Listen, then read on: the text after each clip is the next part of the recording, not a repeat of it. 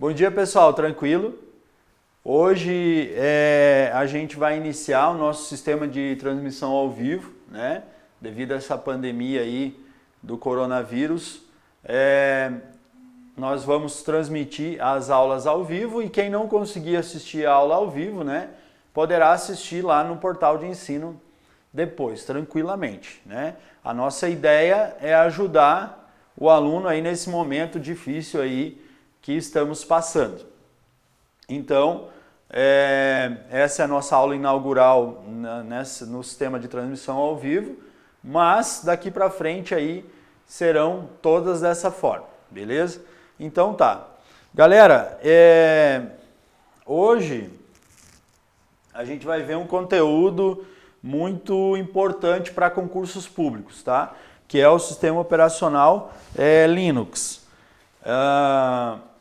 Cai em diversas provas de nível federal, nível estadual, né? É muito importante. E a galera tem muita dificuldade, porque não é o que usa diariamente, né? Então, geralmente, a gente usa o Windows e não utiliza o Linux. Então, o pessoal tem muita dúvida, tem muito medo, tem muito receio em usar o Linux, tá? E conforme as orientações ali, galera, tem dúvida, abre o microfone e pergunta, tá? O Linux, galera, ele é muito utilizado mundialmente para servidores. Seja servidor de e-mail, seja servidor web, né, que hospeda sites, seja servidor firewall, servidor proxy. Ele tem essa peculiaridade porque ele é muito seguro, né? Falou em sistema seguro, fala-se em Linux. Então, por isso que ele não é tão comercializado, vamos dizer assim, no ambiente doméstico. Apesar de muitas instituições usam, né? O bombeiro usa, o bombeiro do estado de Santa Catarina, né? Utiliza, algumas especializadas da Polícia Militar, o governo federal usa, então muita gente usa Linux, tá bom? Beleza? Então vamos lá. Qual que é a ideia inicial do Linux? Muita gente confunde, tá? Muita gente confunde.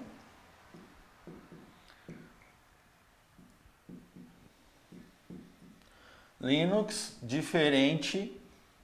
A letra é horrível, né? Não foi essa quarentena aí que mudou a minha letra. E, aliás, gostaram do meu cabelo? Foi a Jane que cortou, né? Ontem eu tava cabeludo lá no quartel. Cheguei em casa e disse, Jane, toca-lhe a máquina. Toca-lhe a máquina nesse meu cabelo que eu tô odiando. E agora eu vou sair daqui, né? Já vou fazer uma propaganda, né? Vou sair daqui e vou usar aquele shampoo Chunacho, né? Que já tô ficando careca. Ou aquele, como é que é? Make-up hair, né? Então, essa já vai ser uma das minhas missões. Uma era emagrecer, agora a outra é ter cabelo, né? Então, galera, o Linux, ele é diferente de grátis, de gratuito, né? Muita gente confunde, o Linux é de graça. Não, nem sempre. Nem toda distribuição é gratuita, tá? Tem algumas distribuições que são comercializadas. O termo free, né? O Linux é free. Vem de livre, né? Vem de livre, não vem de grátis, tá? Então, muitas distribuições Linux, a gente já vai chegar nas distribuições, vocês vão entender, muitas distribuições Linux são pagas, né? O Red Hat, por exemplo, nós já vamos falar, o SUSE, tem várias distribuições que são pagas, não é gratuita, tá? O free vem de livre. Livre para quê? Livre para distribuição, livre para alterações, né? Então eu quero alterar o código fonte, né? Eu quero fazer uma alteração, eu quero fazer uma compilação, né? Eu quero fazer uma compilação própria para mim, né? Aí uma alteração no sistema. Eu posso, tá? Ele tem o quê? Código aberto. Tem uma licença, né? A gente vai ver depois, a GPL, GNU Public License, que tem algumas situações, tá? Mas o código dele é aberto. Diferentemente, por exemplo, do Windows. O Windows, o código é fechado. Ou vocês já conseguiram alterar, eu quero entrar lá no código do Windows e mudar. Eu não gostei desse menu, eu não gostei disso, eu não gostei de aonde estão determinados programas, enfim, alguma situação que vocês precisassem mexer assim, customizar o sistema operacional de uma forma mais agressiva, né? Eu quero mudar, eu não gosto como o sistema operacional Windows inicia. Eu queria que ele iniciasse de uma outra forma, tá? Não pode, vocês não podem, vocês simplesmente instalam o Windows e instalam programas, enfim, tá? O Fabiano vai jogar aí na tela para vocês o slide, né? Então, ele é livre para quê? Ele é livre para copiar, né? Para acessar o código-fonte, para modificar, distribuir a versão e redistribuir a versão modificada. Esse é o lance do free, né? Que a galera confunde com gratuito. Pelo amor de Deus. Olha, é uma das perguntas assim, mais corriqueiras que existe no ambiente de concurso público. O Linux é free porque daí é livre, é gratuito. Não, nem sempre é gratuito. Eu já trabalho há 20 anos com Linux. Lá no quartel eu sou responsável por toda a parte de informática. Os meus servidores são tudo Linux, tá?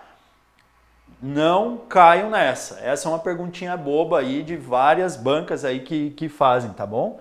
Então, esqueçam. Nem sempre é gratuito, tá bom? O que vocês têm que lembrar? Código aberto, eu consigo fazer alteração, eu consigo modificar ele, distribuir, eu consigo redistribuir, beleza? O free vem de livre. Cara, assim, isso... Quem desenvolveu o Linux, né? Quem desenvolveu o kernel do Linux, porque a gente fala em Linux, a gente fala do kernel. O que é kernel, professor? Kernel é o coração do sistema. É onde estão os códigos, onde está toda a parte, vamos dizer assim, de baixo nível do sistema operacional. Aquilo que o usuário não visualiza. Aquilo que está mais próximo do hardware, tá? Aquilo que está mais próximo do hardware, onde vem mais os comandos baixo nível. Entenderam isso aqui? Linux, diferente de grátis, né? Ele é livre para distribuição, alterações, ele tem código aberto. Vocês podem fazer, por exemplo, uma distribuição de vocês, né? Vocês foram lá, alteraram o código, compilaram, tal, rodaram. Fica uma customizada, né? Para vocês, tá? Tem várias comunidades que tocam distribuições, que atualizam e tudo mais. Beleza? Entenderam isso aqui? Joia. Quantos temos online, Fabiano? Beleza.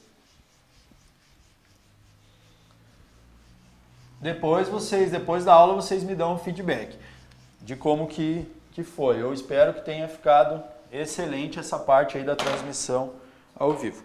A dinâmica é o seguinte, a gente vai ver todo o conteúdo que eu trouxe para hoje e depois a gente vai fazer aquele nosso habitual Kahoot, tá? Então, o que acontece, né? Vamos dizer, nós temos a parte do hardware, né? Eu vou fazer diferente aqui. Nós temos a parte do hardware, né? Nós temos a parte do hardware que são a máquina em si, né? A máquina em si. Para você, é igual a automação, senhores, é igual a automação, é igual a indústria. Para que o hardware se comporte de uma forma, eu preciso dar um comando para ele, né? Eu preciso, através de um software, dar um comando, tá? E aí, eu tenho o kernel, né? O kernel do sistema operacional. O kernel do sistema operacional, tá? Que é o coração do sistema operacional. Aqui tem vários códigos, vários comandos, vários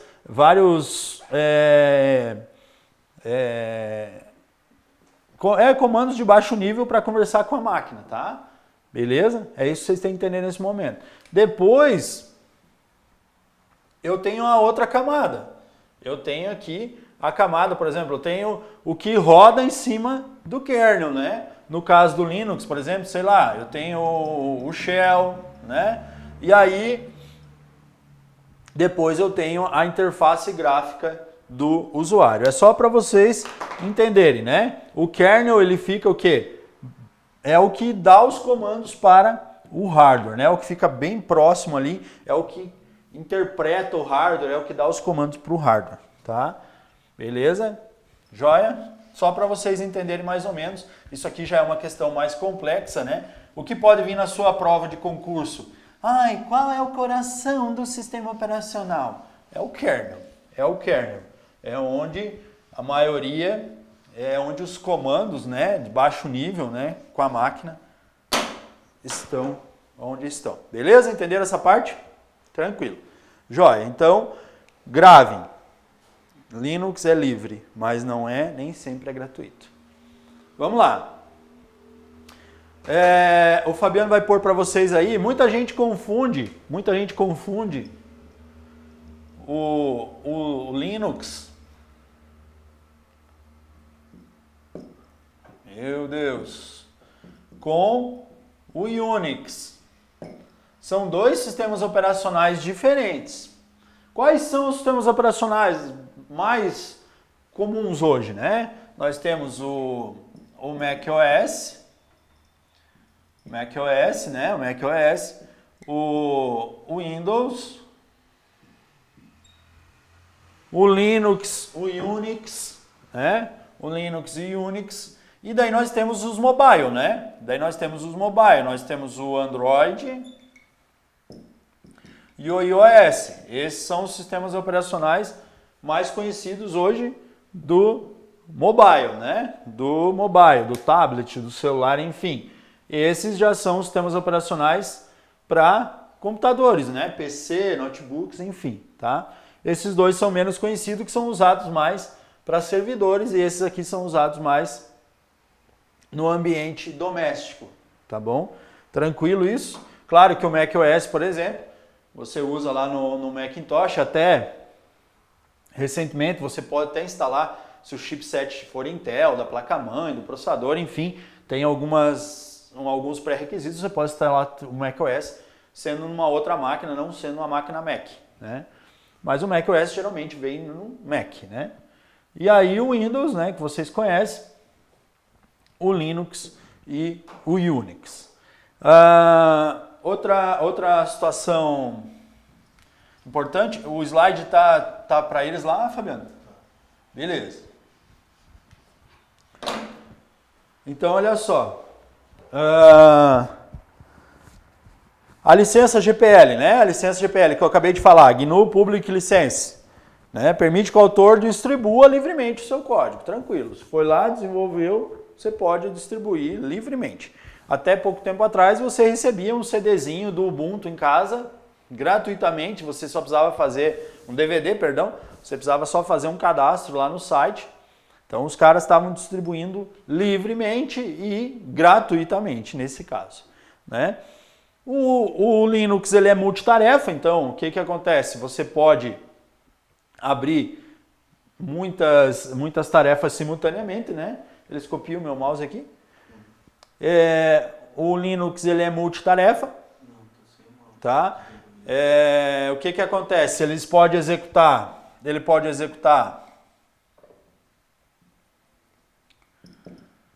multitarefa, pode executar vários processos ao mesmo tempo.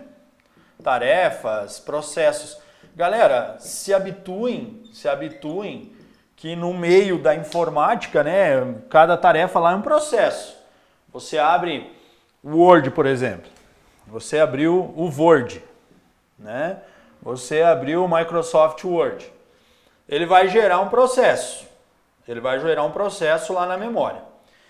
Dentro daquele Word ali, dentro do processo Word, vocês foram abrindo outros arquivos ali dentro daquele mesmo processo. Aí nós temos um processo pai e processos filhos, que são gerados lá na memória RAM, tá? Fica lá. Se vocês irem lá no gerenciador de tarefas, vocês vão ver os processos, vocês podem eliminar os processos. A mesma coisa, por exemplo, o Google Chrome, né? A mesma coisa é o Chrome. O que vocês fazem? Vocês abrem o Chrome e depois abrem várias abas, né, dentro do Chrome. Vocês vão abrindo aba dentro do Chrome, daqui a pouco tem 40 abas. Cada aba daquela é um processo filho do processo pai Chrome, né? Do processo que foi aberto inicialmente, beleza? Tranquilo? Joia. Então, o Linux tem essa capacidade, né, de você trabalhar com várias tarefas de uma só vez, né? Dividindo, usando a memória. Tranquilo? 100% multitarefa. E é multiusuário. É multiusuário. O que é multiusuário? É a capacidade que o sistema operacional tem de vários usuários trabalhar simultaneamente, né? Beleza? E ele vai separar. Por exemplo, eu logo com a minha conta, Matusalém. Aí eu logo com a conta Papa Mike. Eu logo com a conta Jane. Eu estou logando ali, cada usuário tem o seu perfil, tem as suas configurações, né? O sistema operacional tem essa capacidade de gerenciar isso, beleza? O Windows tem também, né, galera? O Windows tem, vocês estão acostumados lá no Windows, vocês criam um perfil usuário putão, por exemplo, que daí lá vocês verem um monte de porcaria, um monte de filme, um monte de coisa arada, e um usuário escritório, por exemplo, que daí é as coisas só de trabalho de vocês, né? Aí esse usuário que vocês baixam um monte de filme, um monte de coisa, tem os nudes de vocês e tudo mais, né? Vocês separam geralmente os usuários por perfil de trabalho, tá? Tranquilo? Se a Jane veio falando um negócio desse, ela me mata, né? Você fala um monte de besteira para os alunos.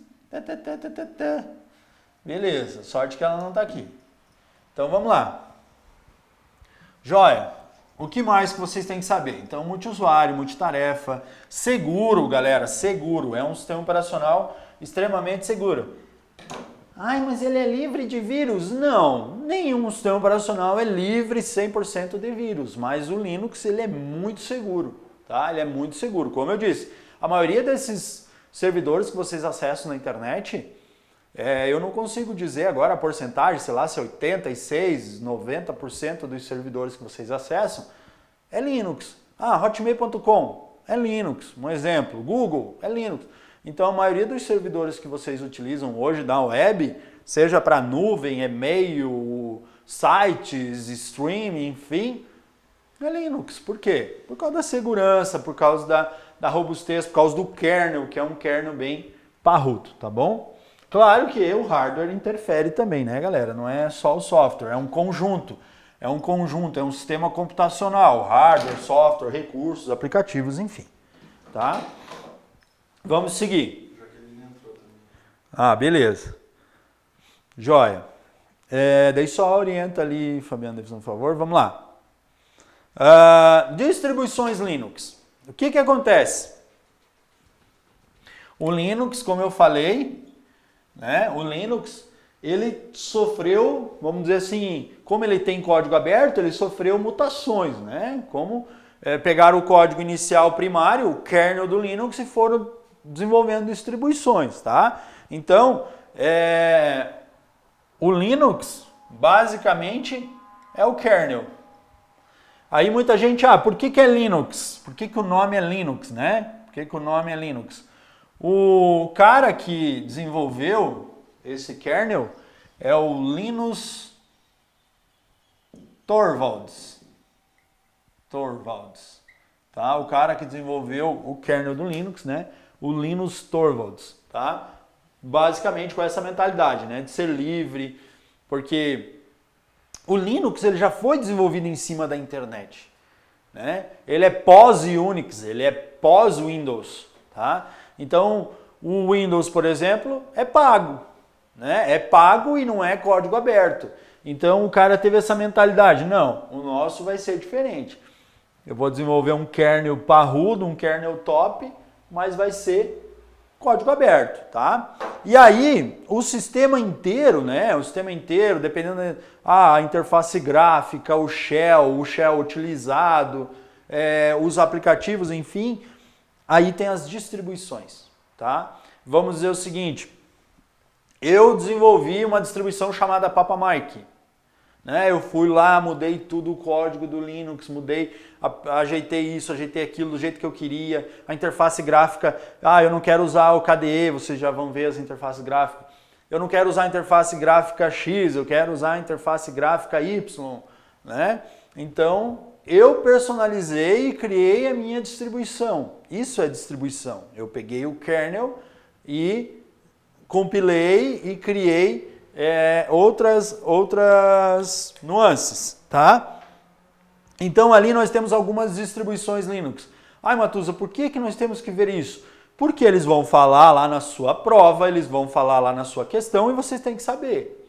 Tá? Eles podem muito bem colocar lá, são distribuições Linux, exceto. E aí ferrou, né? E aí ferrou porque vocês nem sabem o que é distribuição e vocês muito menos sabem quais são as principais. Eu trouxe aí no slide as principais, tá? O OpenSUSE é um dos melhores sistemas operacionais, é uma das melhores distribuições Linux que tem no mercado hoje, né? O OpenSUSE ainda não é comercializado, vamos dizer assim, não é pago, né? Vocês podem baixar da internet e instalar no computador de vocês tranquilamente. O Debian já é uma outra distribuição com uma outra linha de pensamento, mas é excelente também. O Red Hat, né? O Red Hat é uma das distribuições mais antigas do Linux, é top também, o Red Hat é pago. Eu vou baixar e instalar o Red Hat no meu computador, tem que pagar. Então percebam, nem todo Linux é free, né? Free que eu digo de gratuito, nem todo Linux é grátis. Temos o SUSE também agora é pago, né? O SUSE é pago, tá? O Mandrake é uma distribuição mais antiga. O Conectiva, galera, os meus cursos, certificações, enfim, eu fiz na Conectiva. A Conectiva é uma distribuição brasileira, tá? A Conectiva é uma distribuição brasileira, beleza?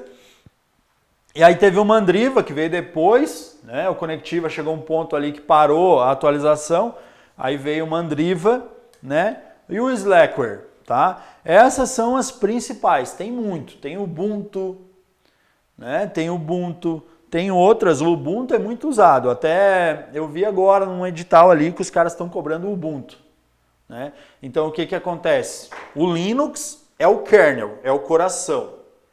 Aí eu desenvolvi uma distribuição em cima do kernel do Linux, tá? Eu desenvolvi uma distribuição em cima do kernel do Linux.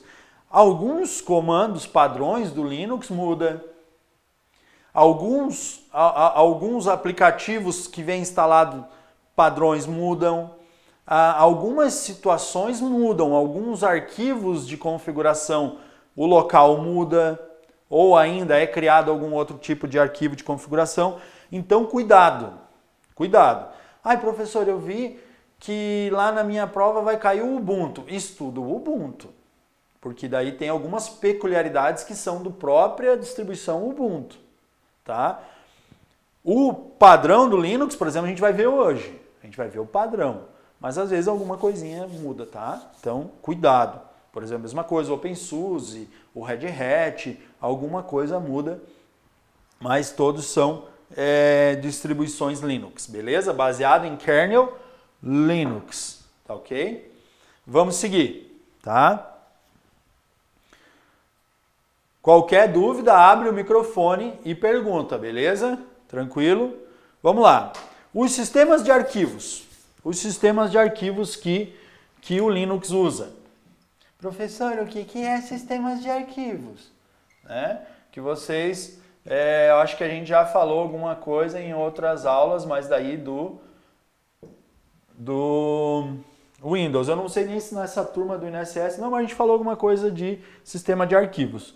Eu tenho certeza que em outras turmas a gente viu todos os sistemas de arquivos, enfim. O sistema de arquivos, Imaginem que vocês pegaram um DVD virgem, coisa que hoje é difícil vocês estarem gravando DVD, né? Vocês utilizam o pendrive, utilizam a nuvem, utilizam o HD externo, mas vocês pegaram o DVD virgem. Quando vocês pegam o DVD virgem, ele está zerado. Ele está zerado, ele não tem nada. Ele não tem nenhum arquivo, ele não tem nem como você simplesmente só copiar e colar, né? Ah, mas eu tenho uma ferramenta no Windows. Calma. Então ele vem zerado. Aí vocês pegam, por exemplo, e vão lá, utilizam o Nero, um exemplo, tá? Utilizam o Nero para gravar. Né? Naquele momento, ele está criando um espaço de alocação no teu DVD. Tá? O HD, por exemplo, você compra um HD, um pendrive. Vamos, por exemplo, do pendrive que é mais fácil, é mais parecido com o HD.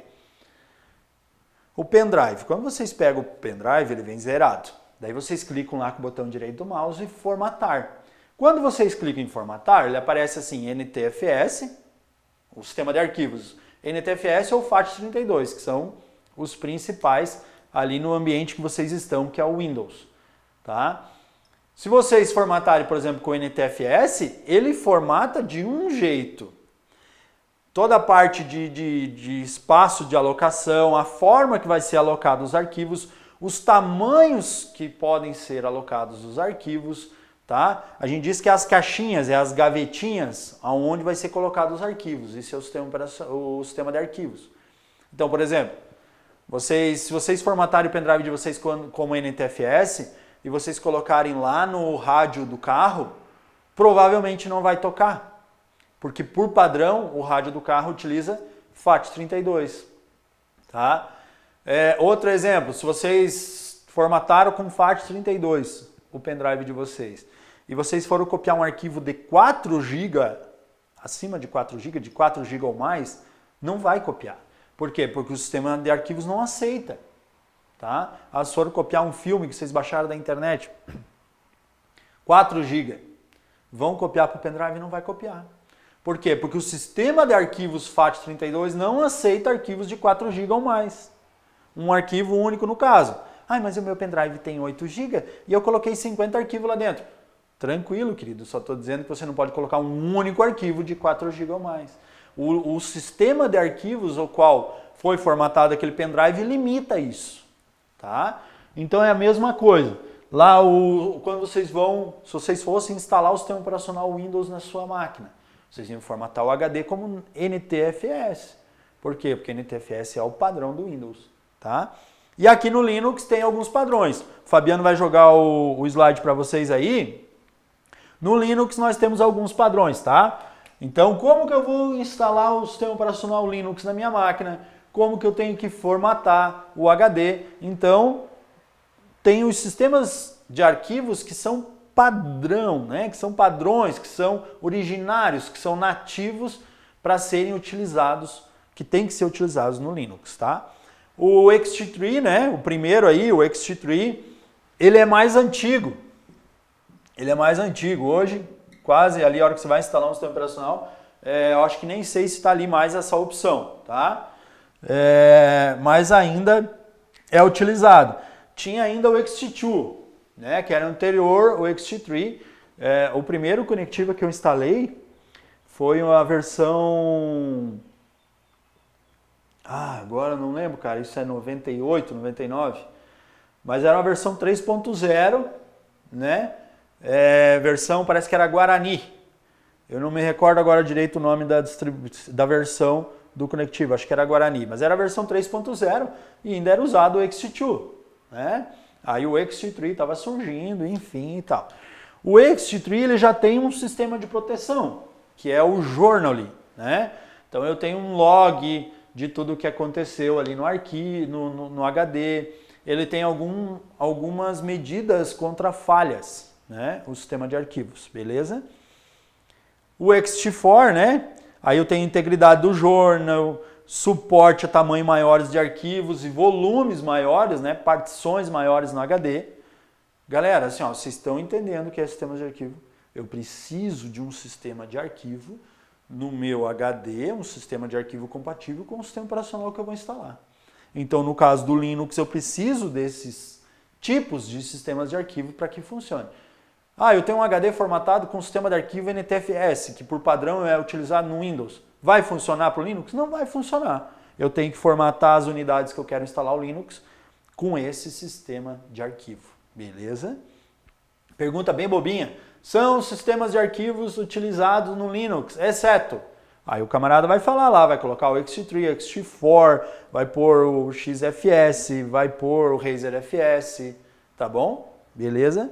Então tá. O XFS, né, é um sistema de arquivo mais usado aí para banco de dados, né, um servidor de banco de dados. Swap. Swap é uma partição que eu crio quando eu vou instalar o sistema operacional Linux, que eu reservo um espaço de memória de massa ali, né, uma memória de troca, tá? Então, ele faz uma troca com a memória RAM, ou também o que acontece? Está acabando a memória RAM, ele já começa a gravar também no swap, né? Se esse curso fosse igual os cursos que eu trabalhei muito tempo no Senac, né? Ou para o técnico de rede de computadores, ou curso de Linux especificamente, a gente daí ia tratar de mais detalhes. Ah, qual o tamanho do swap que tem que ser para instalar no sistema operacional, para configurar? Não é o nosso objeto aqui, tá? Vocês têm que saber que o Linux precisa lá de um swap para que ele faça a troca, tá? O BTRFS, né? 100% eficaz em tolerância de falhas e erros, tá? Né? Já é uma novidade aí. E o RazerFS é um sistema de arquivos bem antigo, usa árvores balanceadas para tornar o processo de busca de arquivos mais rápido. O que acontece? Quando você vai instalar o teu Linux, você vai ter que criar algumas partições ali, algumas unidades dentro do teu disco, algumas partições dentro do teu disco, e conforme o que você vai trabalhar, vou trabalhar com banco de dados, vou trabalhar com um servidor web, vou trabalhar com servidor firewall, aí você tem que configurar as tuas partições conforme a tua necessidade, beleza? Tranquilo, show de bola, beleza. Essa parte de sistemas de arquivo vai cair mais ou menos como eu disse, né? Ou eles podem citar, né? O sistema de arquivos ext4 é um sistema mais novo, que tem journal e tal, que tem tolerância a falhas e tal, né? Verdadeiro, tá?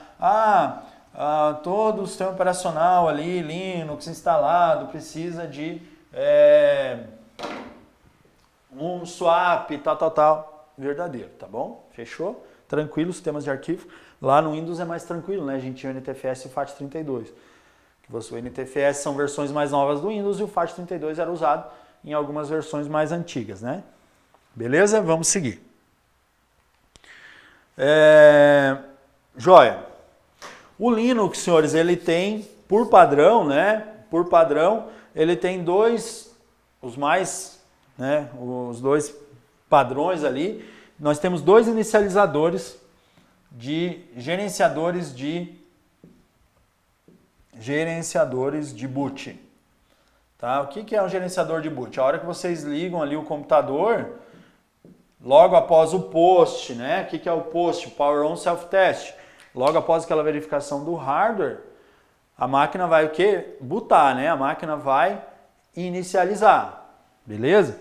E aí, no caso do Linux, quando eu instalo o Linux, eu tenho opções. Eu posso configurar para que o Grub seja o meu gerenciador de boot e eu posso configurar para que o Linux seja meu gerenciador de boot. O Lilo seja meu gerenciador de boot. Tá? O Linux, galera, ele tem uma peculiaridade, né? Ele tem uma situação muito legal. Você pode ter Windows na máquina e Linux. Você pode ter os dois na máquina. Aí quando você liga, chega no gerenciador de boot e você escolhe. Eu quero entrar pelo Windows, eu quero entrar pelo Linux, beleza? Então se você tem um Windows, eu quero instalar o Linux. Vai lá, instala o Linux, configura o gerenciador de boot e tá tranquilo, tá? O Grub, tá? O Grub, você consegue ali, tá aí no slide também, né? Tá aí no slide para vocês. O Grub, você consegue ali, colocar, como eu disse, vários sistemas operacionais. Você pode ter o Linux, o Windows e as versões do Unix, né? Os BSD, tá? FreeBSD, enfim, tranquilo? Vocês estão vendo a imagenzinha ali, ó, é uma tela, né? É uma tela que foi dado um print aí de um GRUB. O GRUB, ele é um gerenciador gráfico. Ele é um gerenciador gráfico. No gerenciador de boot eu consigo alterar, algumas, eu posso entrar no modo de segurança do sistema operacional, né? Que a gente diz que é o modo single no Linux. Eu posso mudar alguns parâmetros de inicialização através do gerenciador de boot, tá? Então a gente diz que o GRUB é o nosso gerenciador gráfico. Vocês estão vendo ali que é uma telinha, né, bonitinha, e eu consigo ali optar pelo sistema operacional, tá? Beleza? Então nós temos o GRUB aí, e o GRUB ele veio nas versões mais novas, lá nos primórdios, quando eu comecei a trabalhar com Linux, vinha mais o Lilo, que é o próximo ali que nós vamos ver. Beleza. Joia. Então, por padrão, nós temos o GRUB e o Lilo, tá?